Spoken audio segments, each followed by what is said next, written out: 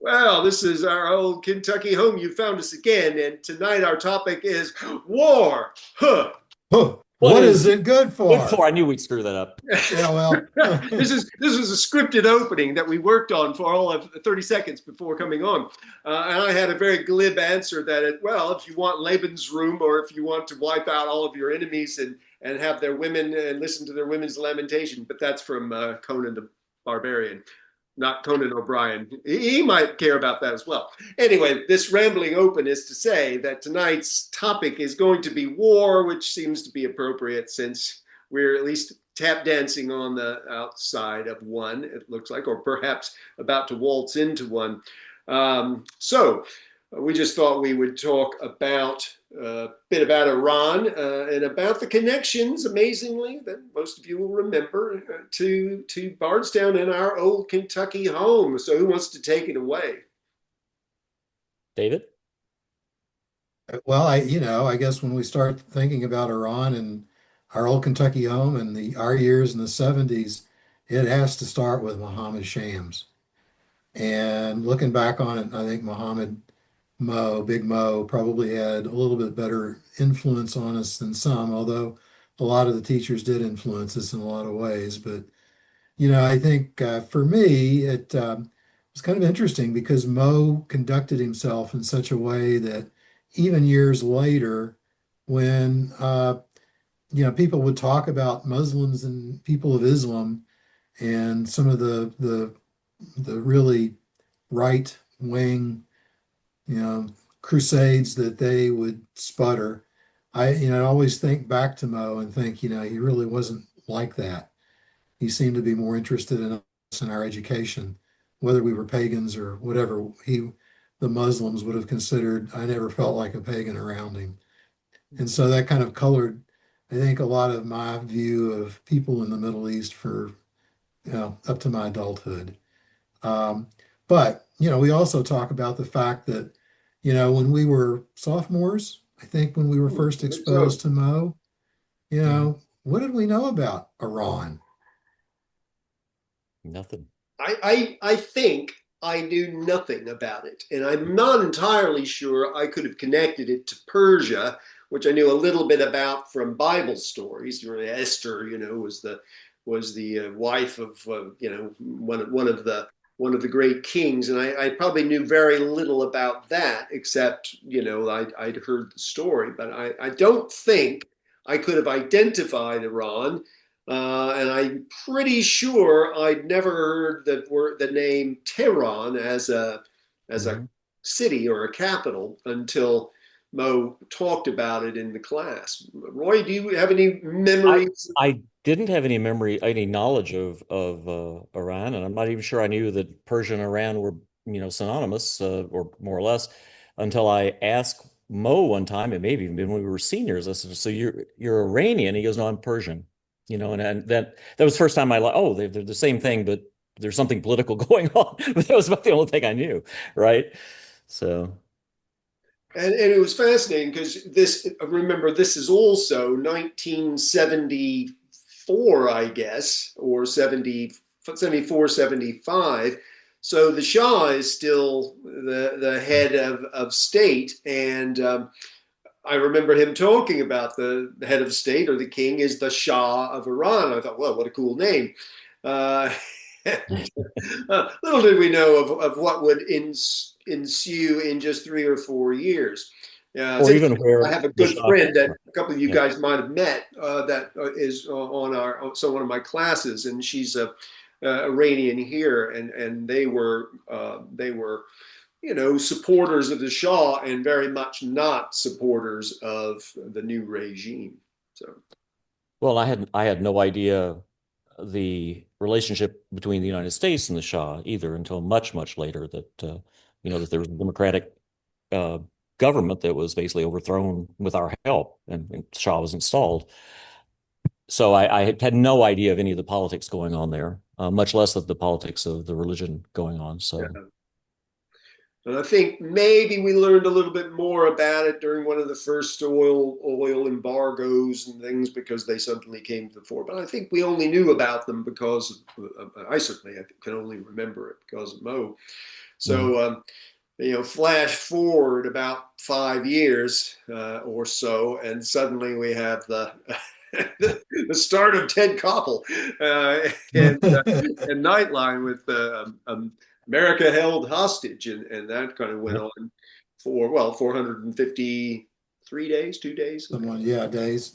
Um, so it's the it's the foreign policy gift that keeps on giving, or one of those in one of those round robins that nobody wants that keeps coming back around because we can't seem to get away from Iran, and we're back in the middle of it now. By the time this goes out, it's entirely possible some other things. I mean, Trump has both bombed an area, said it was bullseye, it was wonderful in all caps, and also see peace was coming. I mean, you talk about double think or double speak. It was something like we bombed them, we were very successful, and now let peace reign. And yeah, well, war is Oh, peace, truth is lies, that kind of thing. I well, not wonder to if you've heard mention, Well, that before. go ahead, David. Russ, he's prepping himself for his Nobel Peace Prize Yeah. speech. That's exactly right. Yeah. I thought JD, not to jump ahead to modern day, but I thought JD did a masterful job this today of putting oil in the water when he said, "Well, they're not very good at fighting." Well, when things are lobbed down on them, that it is sort of hard to fight back, but that's why they keep chucking other things, at least toward Israel and the other. Well, we could go on and on about that, but I think what we're looking at tonight is kind of the notion of war as unfortunately always being with us and how it kind of tied into us when we were back home. We might come back to what Iran means toward the end of the show. Um, of course, Iran was not the main war on our mind, was it, when we were in school? That was the first forever war that I ever remember was, Vietnam and had been going on ever since I could remember anything. So, yep. Yeah, Yeah, I I think remember seeing, various times. I mean, you still can remember these low tech things like maps, solid maps on easels and things. Of course, Trump's come back to that with his tariff list, but that's another story. But occasionally of bombing sites when Johnson would be talking about like Rolling Thunder and some of those events. But yeah, the war was going on all the time we were in school until I guess maybe just the year before 75, I think, when Saigon finally fell, and we pulled out in 74. So it seemed like it's going on forever, but it wasn't. I remember one of the first debate topics, not that I knew anything about, but that my brother was involved with, was about intervention in the war. So that would have been about 1970, I think, when he was first debating, and that was the topic they were talking about, either whether intervention, non-intervention, and what sort, and all the things you can do around that. So it was even in a small little town like Bardstown, it was there. well, I if you read J.D. Vance's book Hillbilly Elegy, he talks about towns being very proud of their sons that went off to war. And I've even heard from, our older generation where, particularly in little communities in Eastern Kentucky or Eastern Tennessee, that they always felt very proud that their young people, even if they died in a war, were doing something significant. And of course, if you remember Bardstown, I suppose this was still true at the end of the war, had the highest number of people, boys, who were killed in action per capita at the end of the Vietnam War. So a town like Bardstown had impacted quite significantly. And when you think about the impact of the boys dying in Vietnam, it seems like we've had a little bit of both paranoia and a little bit of conflict about how to get involved into some kind of an armed, my words are escaping me, but some kind of a conflict, and how long to be involved in that conflict. And we left Vietnam uh, with an idea that, we shouldn't have been there. And so I don't know that we've gone through any conflict since then that we didn't end with why are we here, except maybe the Desert Storm, the first one, when George Bush Sr. seemed to be smart enough for whatever reason to say this is enough. Hmm. Let's pull back. So you know, so at any rate, the Vietnam War seemed to change a lot of our perspectives about war, what war was and how it was handled, at least here in the States. I think it was the first one where the United States realized it got its eyes blackened. We being a superpower didn't really help us win that type of war, and so I think that had a. I mean, I'm certainly not the first person in the world to think this. That had a major impact on our national psyche at that point. So the image of people being evacuated off the thing in Saigon Well, was. and not only There's when the always troops came home, Mhm. when the troops came home, They got blamed for the war. it was, Yeah, yeah, so, it was not yeah. oh, we're so glad you're home, victorious people. In some ways it was something else. And I even, the My Lai incident Hmm. where, they tend to look at, what went wrong with what our ideal of the American soldier is. And I don't want to run the American soldier through the mud. I mean, I've known lots of them. I've had lots of them in classes over the years, and the veterans that I've been exposed to, I always thought were first class people. But at least the Vietnam War seemed to change the public perception somewhat.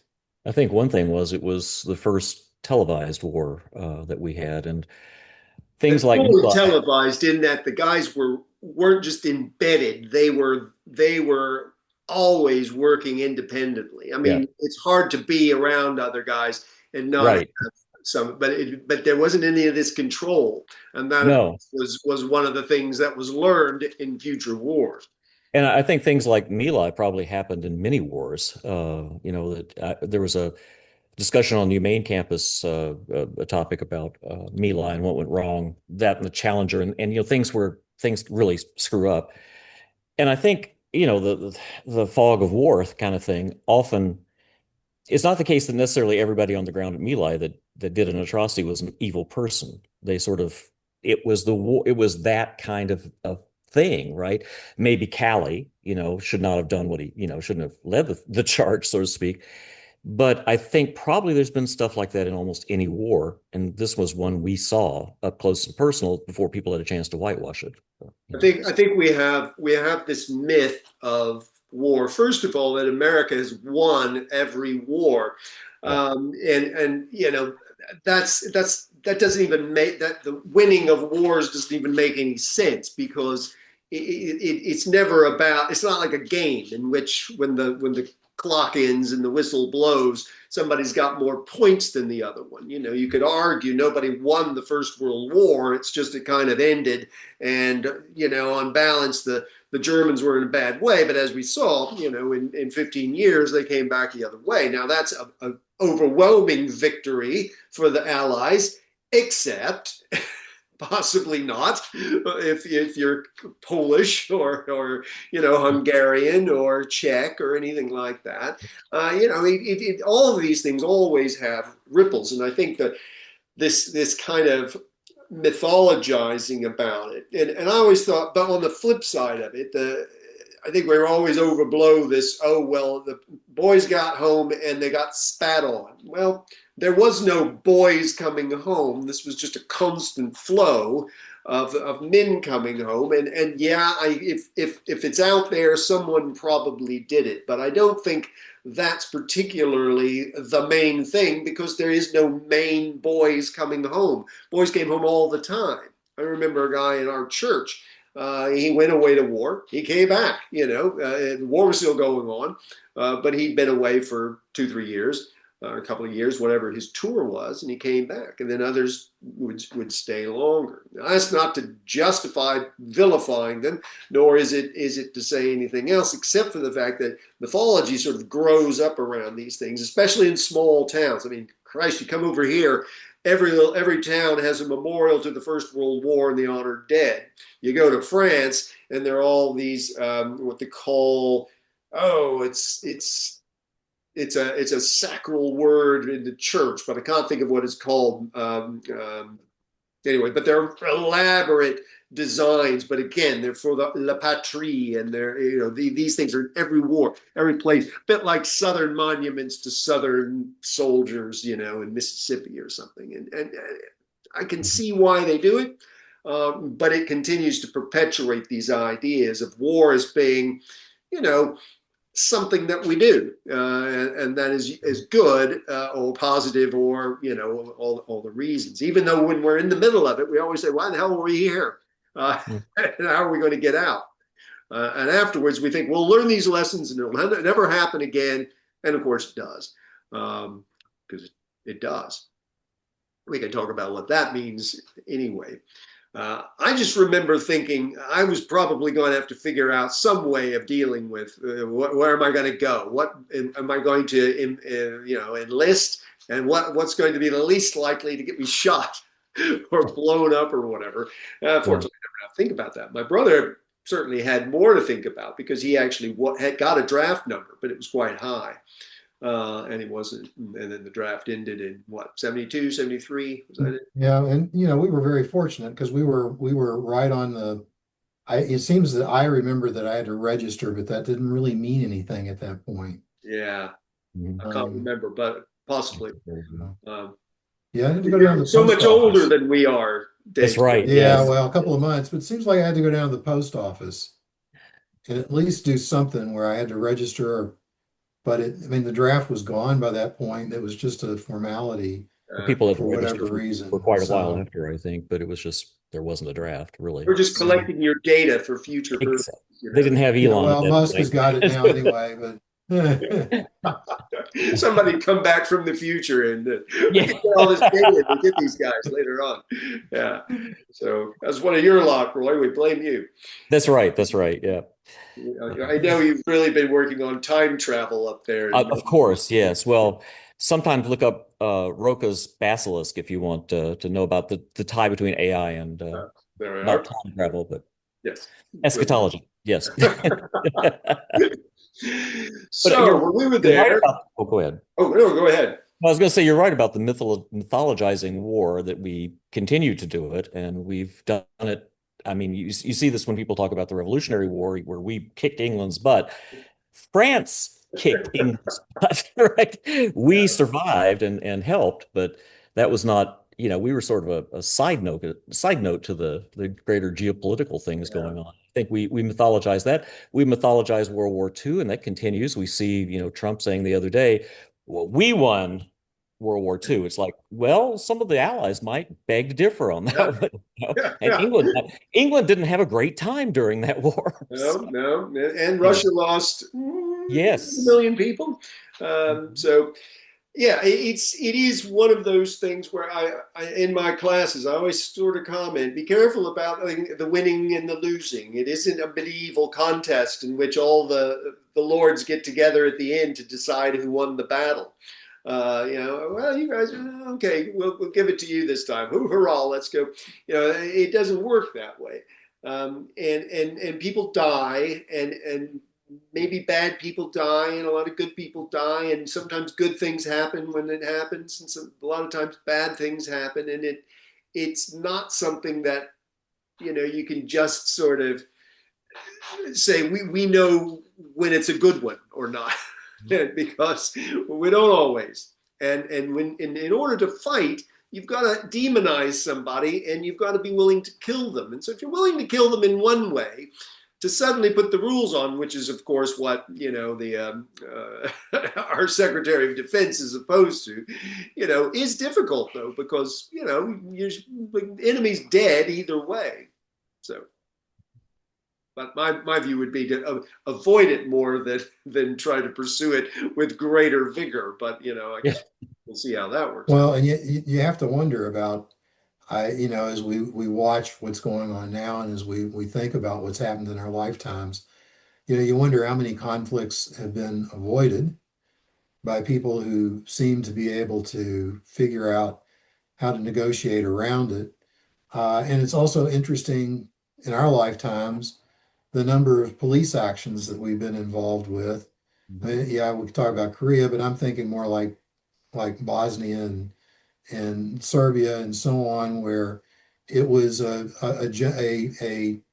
larger force that we were integral to. Lebanon, sometime after the Vietnam War, uh, and where we just seem to be involved as the world's peacekeeper rather than involved in the fight ourselves.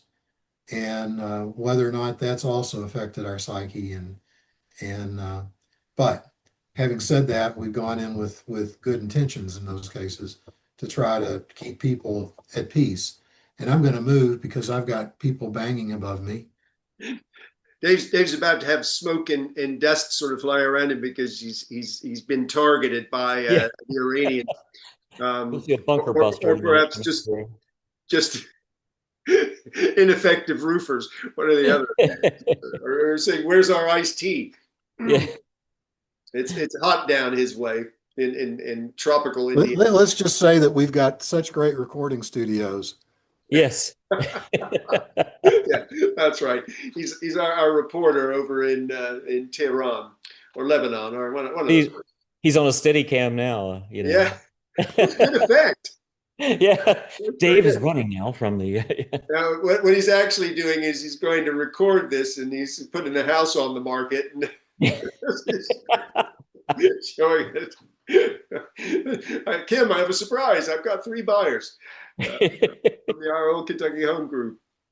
Oh, little freeze there. This is exciting live action in the middle It of is. We don't usually get, on the no. spot reporting like this. So No, once in a while, the cat or your dogs or cats get in the picture, and that's about the excitement that you get visually. I think it was well worth it. Ooh, a red Oh, chair. look at Oh, that. Nice. Yeah. no, very good. You don't look red in the face anymore comparison to the background. That's good. I guess I should have shut off the video. You didn't have to walk down 2 flights of steps into my basement where, But he wouldn't have amused us so much. Well, So Roy and I were auditioning for play-by-play commentary yeah. jobs at, yeah, Monday Night Football. We have to equip but David with we could have the had some GoPro. mystery. It could have been like one of those single lens, Yeah. those documentaries where you're following somebody around trying to get. Found video films. Yeah, but now an axe is going to come down and That's shoot right. you in the head. The Dave Witch So Project. Yes. I apologize to all 2 of our viewers. Yes. Hey, They yeah. both just stepped out for a snack. They'll be back. Well, they watch multiple times though, because we're That's so right. good, so compelling. So Okay, where were we? we were talking about war. We talked about all What is it good Good for? for. it's not good for. But I think we've lived with it most of the time. Oh, let's think about some of our compadres now. When I was in Bardstown, across the street, I think really before, I mean, Roy, I were friends with school, but after school, Mhm. friend who also went to the church named Kevin Wachowski, and he joined, I think it was the Army, could have been the Marines. He was the kind of Marine type, but I think he joined the Army, and he went to Korea. So this, of course, well after the Korean War, but we obviously had loads of people up on the DMZ and probably still do. So it's one of the key locations in where Americans sort of sit. And he came back to, I saw him at church once after he came back, and he was, I can't remember, must have been 2 years into university or something for me, but he had some interesting stories to tell about being just a couple of 100 meters or maybe a half a mile from the enemy, and they pop pot shots across the DMZ frequently, and so it wasn't the safest place in the world. So here's a guy. He didn't see any, action. I don't think. I don't know if he stayed in the Army or not. He may or may not have, but he certainly would have been too old by Desert Storm, probably. But he was there, in Korea, just not long after us. And I know several of the others in our lot joined. There, You remember any of us? Bobby Baxter didn't he? Bobby, yeah, he joined, but he didn't go. He went in the Air Force, and he ended up. That was well after Yeah, high school, I think, or right after high school, maybe. Yeah. He ended up being a mechanic for the Blue Angels, not Blue Angels, the Thunderbirds, whatever. yeah, that's Thunderbirds, right. right? Yeah, Whatever the Air Force is, yeah. yeah. There was somebody from our hometown though that was quite famous in the Vietnam War, and that's then Colonel now or was General Harold Moore, the person who wrote "We Were Soldiers Once and Young," and which later was a Mel Gibson movie. But my grandmother was best friends with his mom, and so I never knew him, but we'd hear, we knew. Eventually, I knew he existed, but much later. But it was kind of interesting that somebody that was became quite important came from our little town, you know. I mean, that is part of the mythology, but also the reality of the Army is it's always been quite equal, and Hmm. people from very small places. I mean, Eisenhower came from Abilene, Kansas. We're talking not a big place, probably not as big as Abilene, Texas, which is not a big not a big city. So he comes from there, and yet makes it to the presidency and to the supreme command of the Allied forces and everything else. So the Army was there. And I remember we had a couple of guys go to West Point, right? The Ferry brothers, Dennis and Steve Yep, went that's to right. West Point for a Yeah. while. Uh, I don't recall it being a fun period of their lives, but I think they could comment about that if they ever happen to watch. Well, Um, at that point of time too, it was you're following up on one of your points. It was a very democratic sort of thing. Maybe not the West Point folks, but the draft took from, unless you had bone spurs, took from all areas of society. And that's not the case, hasn't been the case since. It tends to fall on the shoulders more of minorities and poor folks than it used to. And there's been some thought, obviously, that that's one reason we're a little more willing to engage in wars. We don't, the people in charge, it's not their kids necessarily that are being put on the line. And I think that's a difference from then too. So yeah. But even that equality was a fairly short run thing, I think. I mean, certainly during Vietnam. I think before this. Yeah, I can't speak to Vietnam. I can only remember a story my uncle once told me that, and he was from Eastern Kentucky, from one of these little no mhm. place on the map places, and he came ashore on D-Day on the second day. And after Saving Private Ryan came out, I remember having a conversation with him, and he said that he came ashore the second day, and the beach pretty much looked like it did still yet from the movie. So, but he never talked about the war. And I asked him, I said, "Well, I've never heard you talk about it. What did you do?" And he said, "Well, I was a cook." And you have these images of people in your mind where, they're fighting a war and they're going ashore the second day of D-Day. And so there's this kind of Mhm. excitement. And then he says, "I'm a cook." Mhm. Well, And he looked at me. Well, he looked at me and he said, "If I wasn't a cook, I probably wouldn't have come home." Yeah. They like to put poor boys on the mhm. front line. Yeah. And Well, so, in the Second World War, I think I got my statistics right. For logistics to soldiers was 1-to-1 in the Japanese army. I think it was 3-to-1 in the German army, maybe 2-to-1. It was 10-to-1 in America, in the American army, and which is entirely why the Americans win. It isn't because they are better shooters. Actually, they've done studies and stuff about firing accuracy, and it was appalling.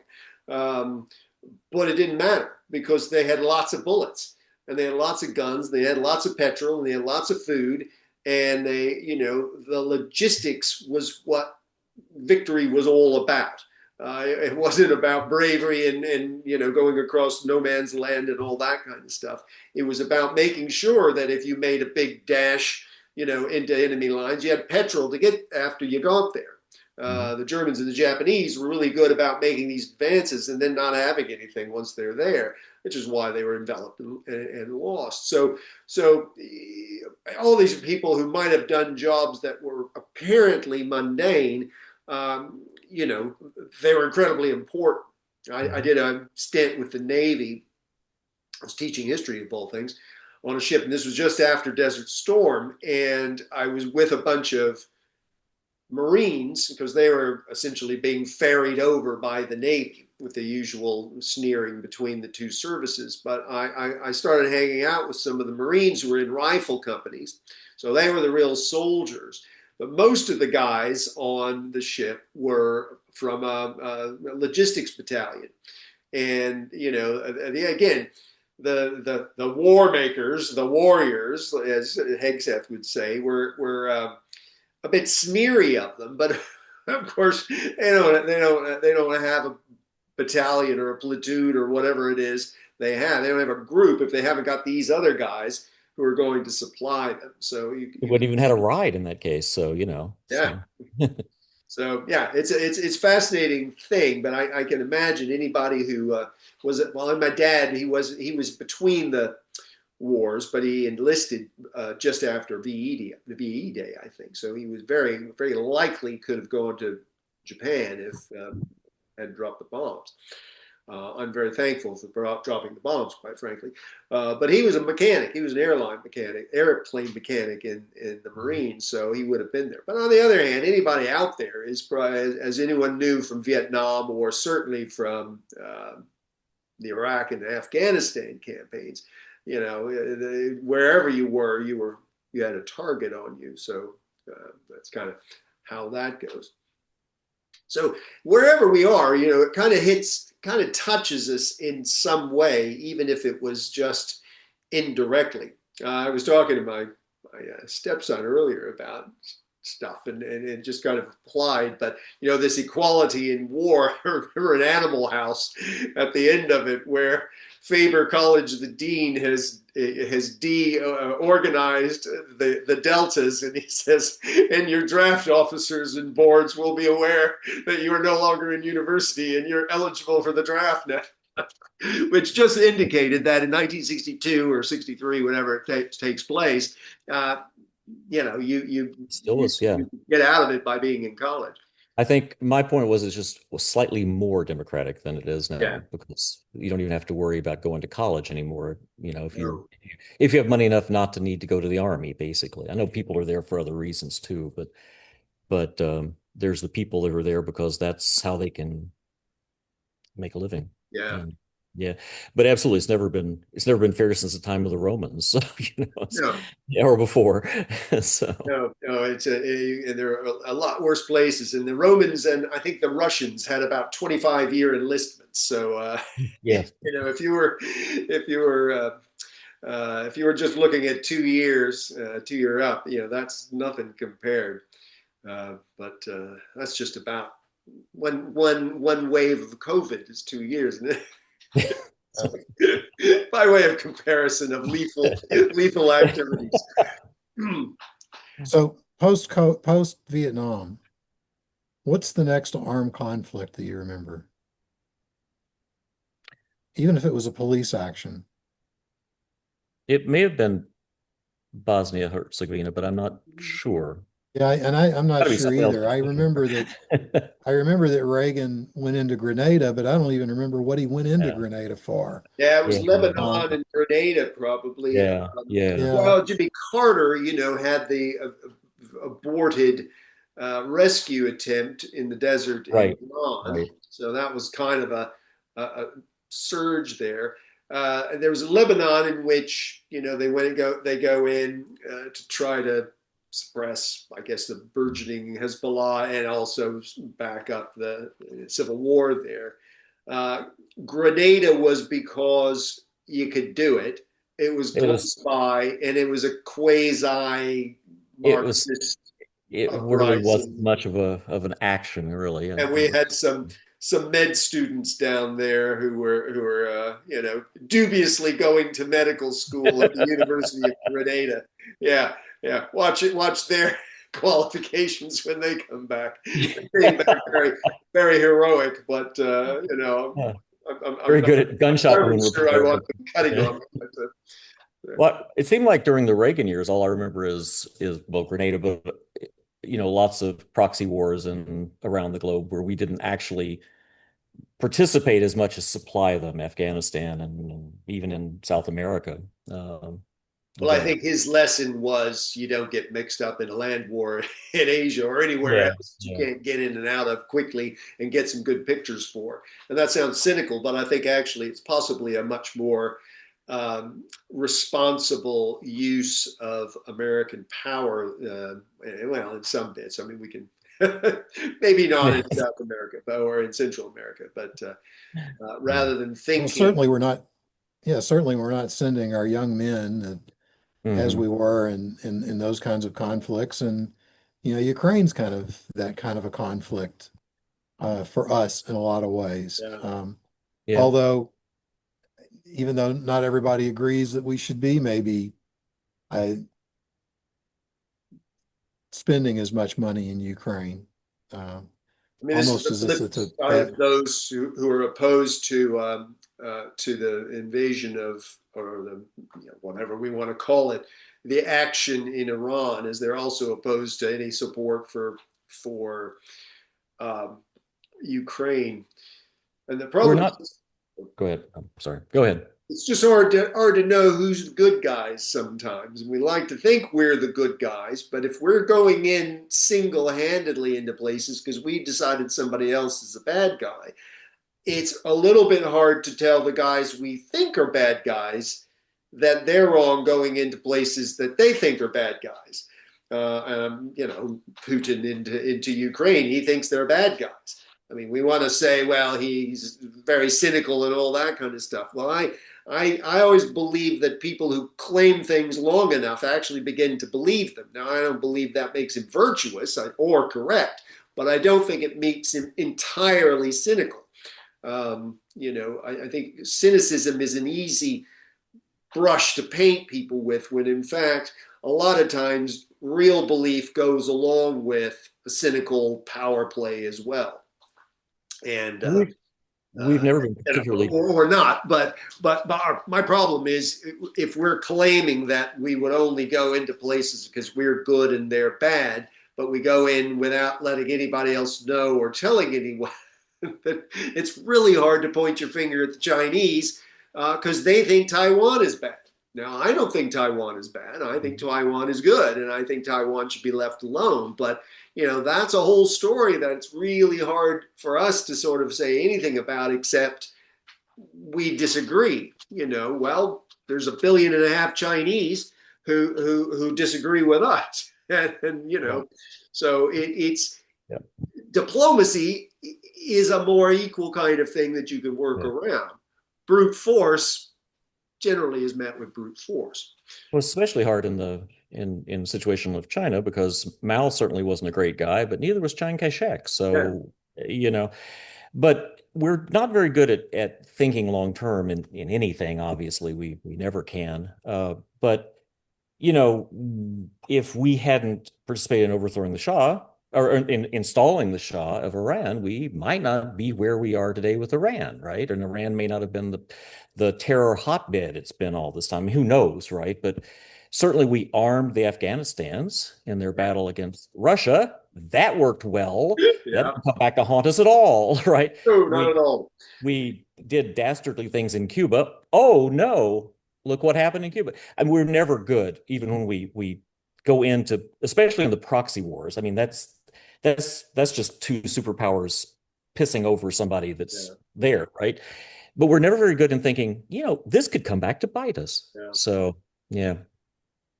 I was reading something saying that Obama spent loads of time thinking of second and third order effects to actions that would happen.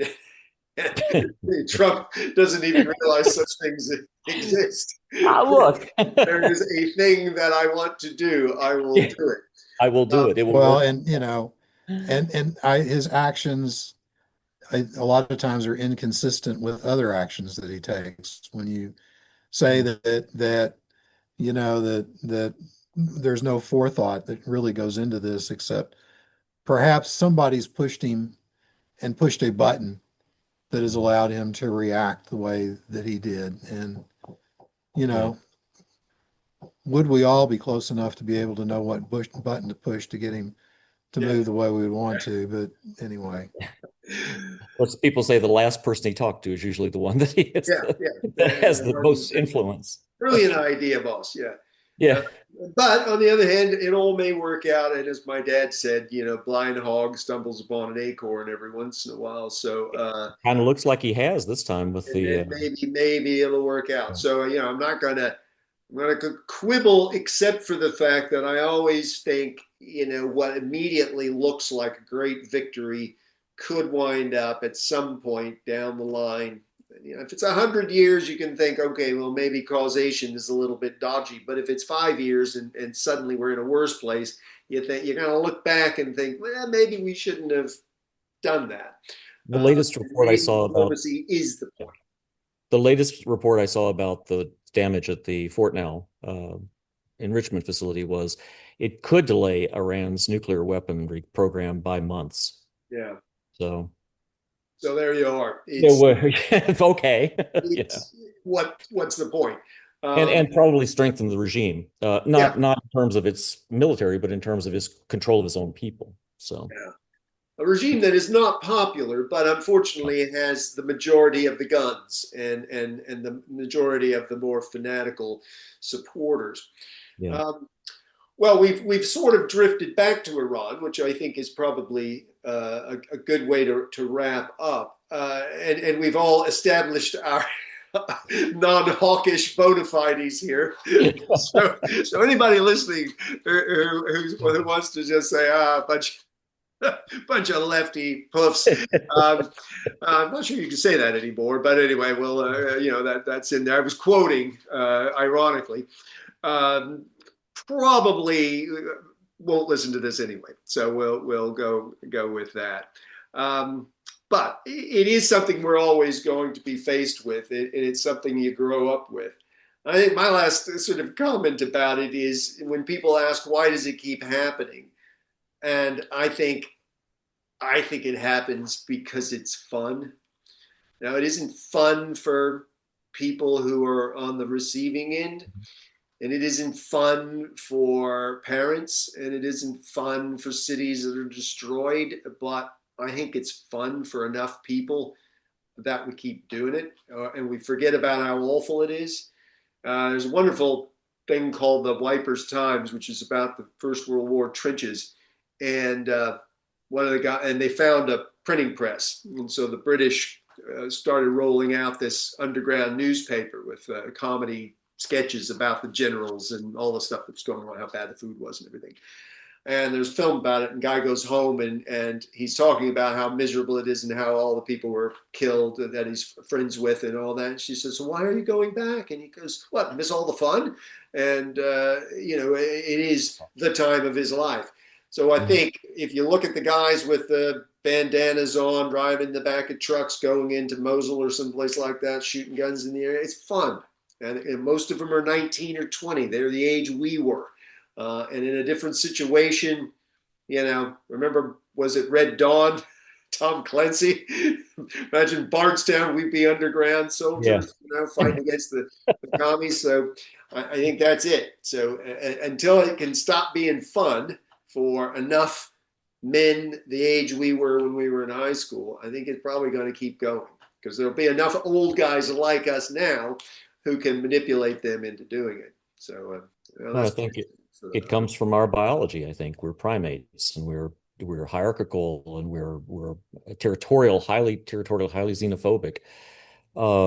And I was corrected when I said, the higher primates are like that by a friend of mine who said, well, the gorillas aren't, but the chimps are, which are our nearest relatives. And even the bonobos have been known to, when they can take time out from having sex, to go and fight each other. But I think this is in our background. I think we're fighting evolution and traits that served us well, 500,000 years ago.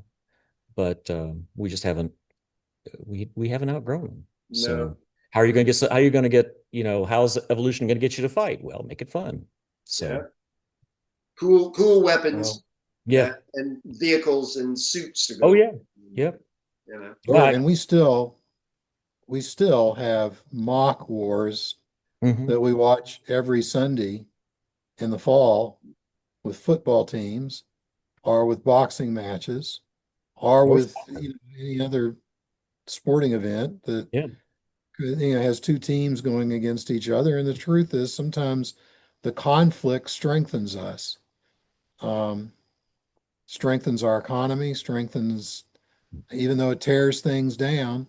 In some cases, some ways, it's almost like a forest fire that comes in and weeds out the underbrush and allows the trees and new vegetation to come in and prosper, unfortunately. It's Or just a shame quote that we Conan can't. again, what does not destroy us makes us stronger, That's right? right. Unless it's a bear will kill you. Or polio. Exactly. But why can't we channel that into something like the space race, which was a proxy for war, but it was not, it was a proxy that had most of those benefits, Yeah. plus tremendous scientific and engineering spin-offs, but the mortality rate was fairly low and wasn't intentional. So but Pierre Boulez, I can't remember the book, but where scientists are in charge and they think they can do this, and it ends up they have to institute games themselves in order to war games in order for to tame the fun part. So Yeah. yeah, So, well, we were both players and fighters at the same time. If you can combine the two, you've got a pretty good mix there of driving a substantial portion of the population to do things that you want to. Oh, now we're getting very dystopian here. That's probably going to be another one of your books there, Roy. Uh, well, it's a good thing that the three of us are so decrepit that they don't have to worry about us going out. no, no. Except for Dave, who's being attacked. I was hoping to get a commission so I could wear a snappy uniform with some gold It's an braid and some epaulets. epaulets. Yeah, something like that. Well, it's just getting silly now, so I think we probably better sign off. But next time we'll have something more cheerful. Although we seem to have laughed a lot in this one. Maybe next time, Roy, you can give us a tour of your house. Oh Uh, yes, I could. it'd be like lifestyles of the not so rich and not really not famous at all. But it does look behind me. I've noticed that it looks like my angle or something looks like I'm in an Escher print or Yeah, something. well, either that or a great hall, and then there's That's Yeah, it. lots of Yes, that's what I it's, was thinking. A I'm great actually an hall Oxford. somewhere. I'm actually an Oxford Don. You didn't know that? oh, that's it. Hogwarts. Yes, That's what I was going to say. except my school would be known as Hogwash. So Yeah, there we are. Well, this can just keep going on. So you can just, if you've been watching, you can just fast forward back or something like that. Anyway, thank you very much. We'll see you the next time, and goodbye. Oh.